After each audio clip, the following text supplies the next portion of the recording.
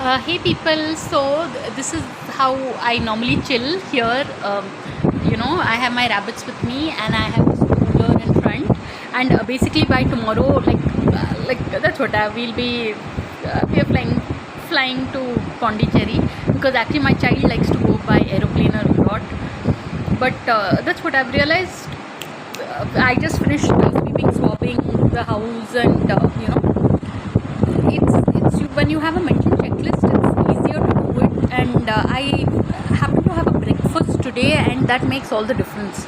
I mean, normally I directly have lunch, but here these little souls, I'm not going to be seeing them for 5 days. I'm leaving them with the watchman, so I'm feeling a bit guilty. And I spoke to them, and they kind of understood also. Like, understood as in they are very suspicious where this lady is going to drop us off. Bonnie's already begun sulking, the brown one, because she kind of understands compared to the other one, I think. So anyway, I've got to rush now. It's 1:30. It's so nice to sit in front of the cooler. Some of the small joys of life. So on that note, it's already a 1 minute video. On that note, thanks for watching and please subscribe.